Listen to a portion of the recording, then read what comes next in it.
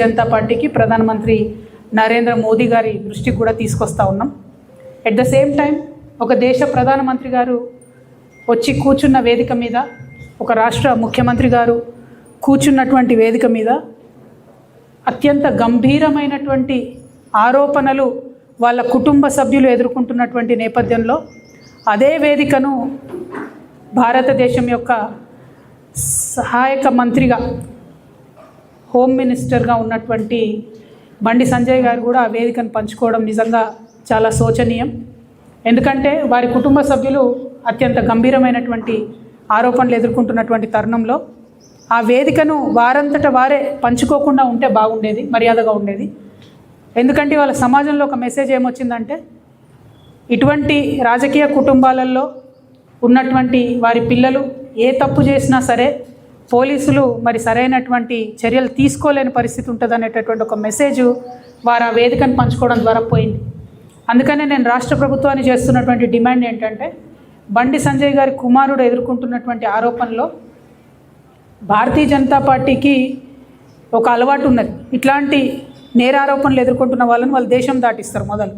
So Bandi Sanjay గారి కుమారుడు ఈ దేశం వదిలి వెళ్ళిపోకుండా ఉండడానికి తక్షణమే మన తెలంగాణ పోలీస్ అధికారులు లుకౌట్ నోటీస్ లాంటిది ఇవ్వాలి. అన్ని ఎయిర్పోర్ట్స్లో కూడా వారిని మరి కట్టడి చేసే విధంగా ప్రయత్నం చేయాలి. మొట్టమొదలు ఆ పని చేసినట్టయితే తెలంగాణ సమాజంలో ఉన్నటువంటి మహిళలందరికీ కూడా ఒక విశ్వాసం వస్తుంది, పారదర్శకంగా మరి మంచి విచారణ జరుగుతుంది అనేటటువంటి విశ్వాసం ఒకటి వస్తుంది. ముందు తనని కట్టడి చేసిన తర్వాత మరి అమ్మాయి వాళ్ళ మీద వీళ్ళ మీద అమ్మాయి వాళ్ళు రకరకాల కేసులు పెట్టుకున్నారు. అది కోర్టు చట్టం ఎట్లా డిసైడ్ చేస్తే అట్లా జరుగుతుంది. కానీ ముందు తను బయటకు వెళ్లకుండా చూడాలి, పోలీస్ వాళ్ళు విశ్వాసాన్ని కల్పించాలి. రెండవది,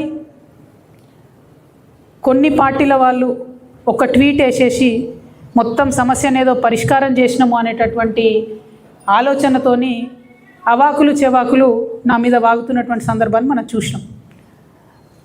ఒక ఆడపిల్ల విషయం వచ్చినప్పుడు, అది కూడా ఒక మైనర్ అమ్మాయి విషయం వచ్చినప్పుడు సమాజంలో బాధ్యతాయుతమైనటువంటి ప్లేస్లో ఉన్న ప్రతి ఒక్కరం కూడా కొంత సంయమనం పాటించాలి. సోషల్ మీడియాలో ఏది పడితే అది వాగితే ఆడపిల్లలకి ఎక్కువ నష్టం జరుగుతుంది. మన సమాజం ఇప్పటికి కూడా రేపు పొద్దున బండి సంజయ్ గారి అబ్బాయి దోషి కాదు అని తేలినా, దోషి అని తేలినా సమాజం మగపిల్లల్ని క్షమిస్తుంది, కానీ ఆడపిల్లలకు మాత్రం కంప్లీట్గా లైఫ్ బర్బాద్ అయ్యే పరిస్థితి ఉంటుంది.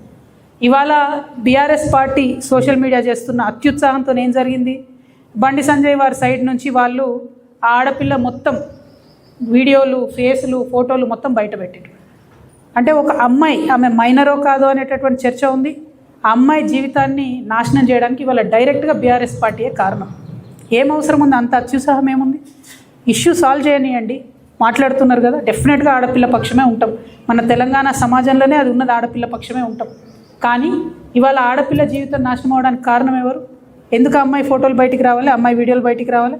నేను పోలీస్ శాఖ వారిని కోరుతా ఉన్నాను, ఎవరెవరైతే ఆ అమ్మాయి ఫోటోలు, వీడియోలు పోస్ట్ చేసిండ్రో ఆ సోషల్ మీడియా అకౌంట్స్ బ్లాక్ చేయండి, వారిని ఖచ్చితంగా అరెస్ట్ చేయండి. మీ ముఖ్యమంత్రి మీద ఒక చిన్న పోస్ట్ పెడితే ఇవాళ ఎత్తుకపోయి అరెస్ట్ చేస్తున్నారు. కాబట్టి ఒక ఆడపిల్ల జీవితాన్ని నాశనం చేసేటట్టుగా పోస్టులు పెట్టి, వీడియోలు పెట్టి, వాళ్ళ ఫ్రెండ్స్తో ఉన్నప్పటి ఈ ఫోటోలు అన్నీ బయట పెట్టినటువంటి అకౌంట్స్ని బ్లాక్ చేయాలి, ఖచ్చితంగా వాళ్ళని అరెస్ట్ చేయాలని చెప్పి నేను డిమాండ్ చేస్తూ ఉన్నాను.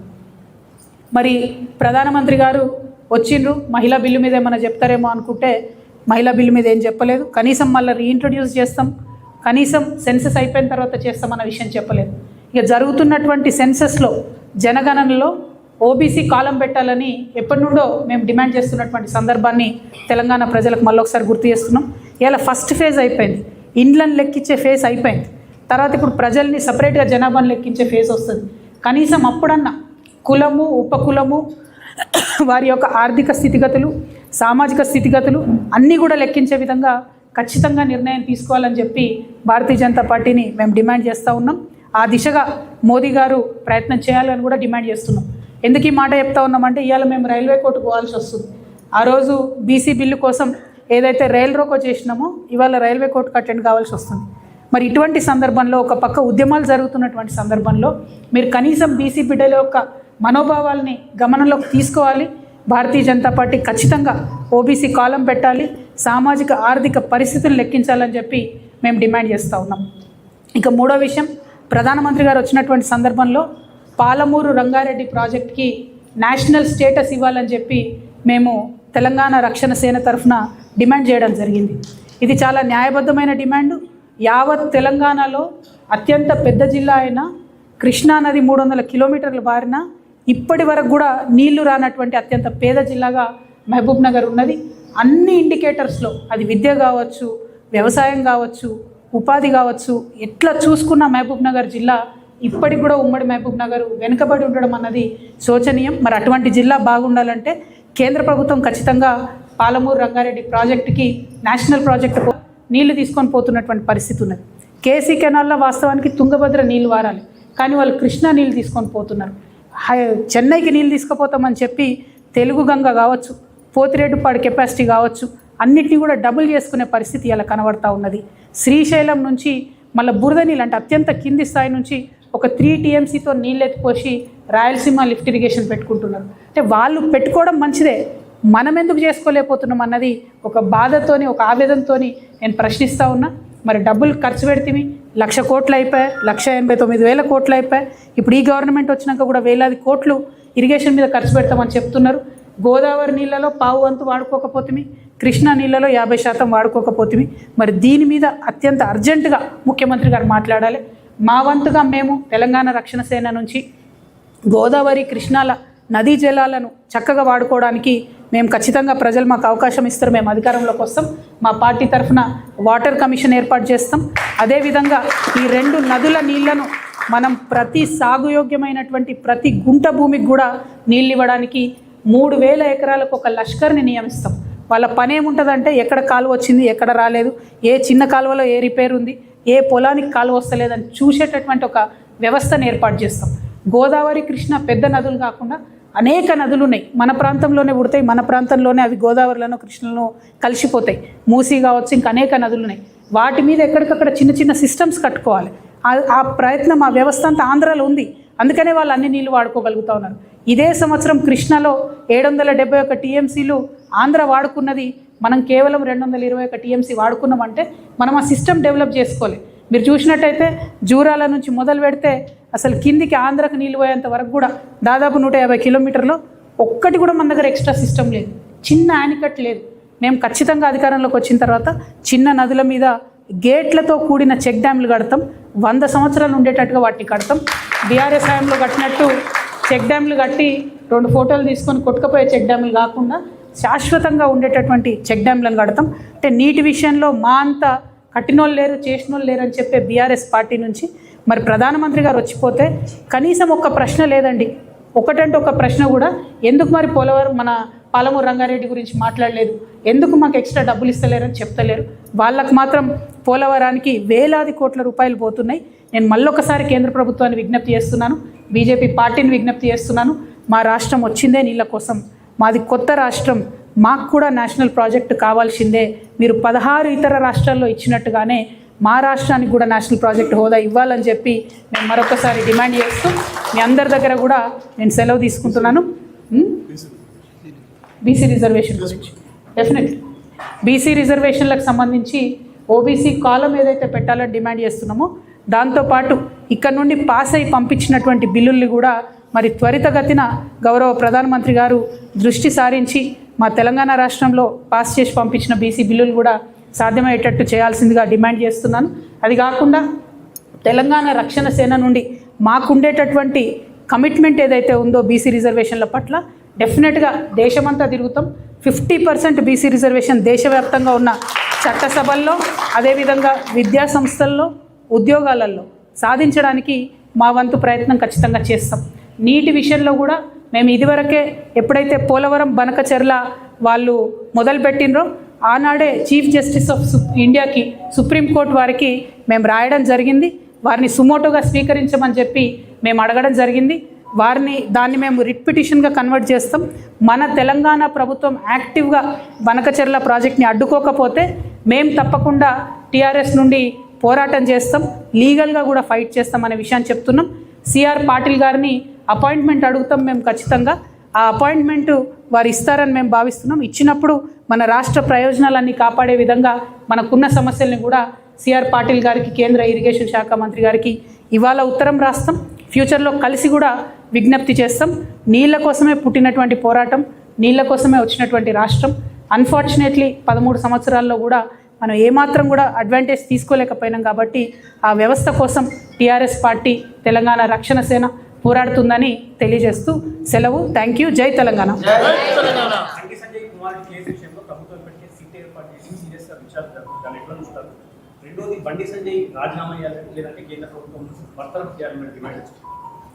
అంటే రాజీనామా బర్తరఫ్ అనేది ఏదైనా ప్రూవ్ అయితే వేరు విషయం. కాకపోతే వారు ఆ రోజు మీటింగ్కి వెళ్ళకుండా ఉంటే మంచి మెసేజ్ ఉండేది, మేము ఇన్ఫ్లుయెన్స్ చేస్తలేమనే మెసేజ్ ఉండేది. మరి ఎందుకు పోయినరో ఆ మీటింగ్కి నాకు అర్థం కాలేదు. ఆ మీటింగ్ పోవడం వల్ల మాత్రం ఒక ఫీలింగ్ ఏమొచ్చిందంటే తెలంగాణ ప్రజలలో పెద్ద పెద్ద వాళ్ళ పిల్లలు ఏం తప్పు చేసినా కూడా చూసి చూడనట్టుగా పోతారనే ఫీలింగ్ వచ్చింది. అది కరెక్ట్ కాదు, దాన్ని సవరించుకోవాల్సినటువంటి పరిస్థితి ఉన్నది. ఈ రాష్ట్రంలో ముఖ్యంగా డీజీపీ సివి ఆనంద్ గారికి నేను డిమాండ్ చేస్తున్నా, తక్షణమే బండి సంజయ్ గారి కుమారుడు, అబ్బాయి పేరు చెప్తలేను ఎందుకంటే పాలిటిక్స్లో లేడు, పాలిటిక్స్లో లేని వాళ్ళ పేర్లు తీయాల్సిన అవసరం లేదు కాబట్టి బండి సంజయ్ గారి కుమారుడి పేరు మీద మీరు దయచేసి లుకౌట్ నోటీస్ ఇచ్చి మీరు సీరియస్ ఇన్వెస్టిగేషన్ చేస్తారనే విషయాన్ని ప్రజలకు అర్థమయ్యేటట్టు చేయాలని చెప్పి మేము డిమాండ్ చేస్తాం.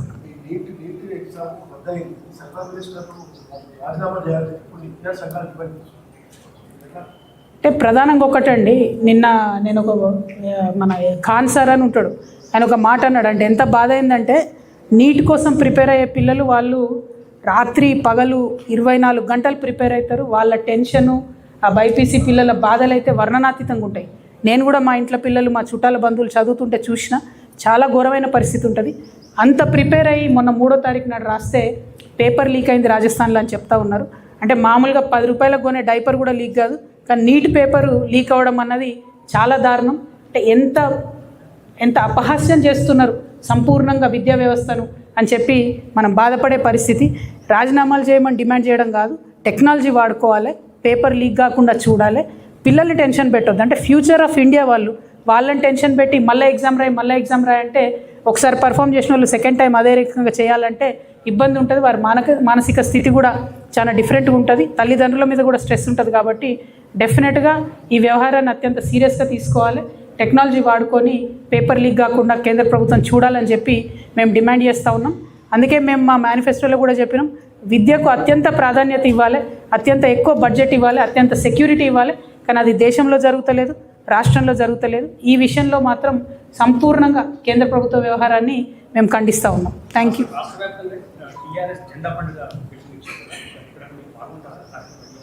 ఎస్, మేము ఈ మధ్యలో అంటే 28th లోపల ఒక్కసారి మళ్ళీ మా అన్ని జిల్లాలకు సంబంధించినటువంటి ముఖ్య బాధ్యత ఉన్నటువంటి వారందరినీ కూడా బాధ్యులందరినీ కూడా కలుస్తాం.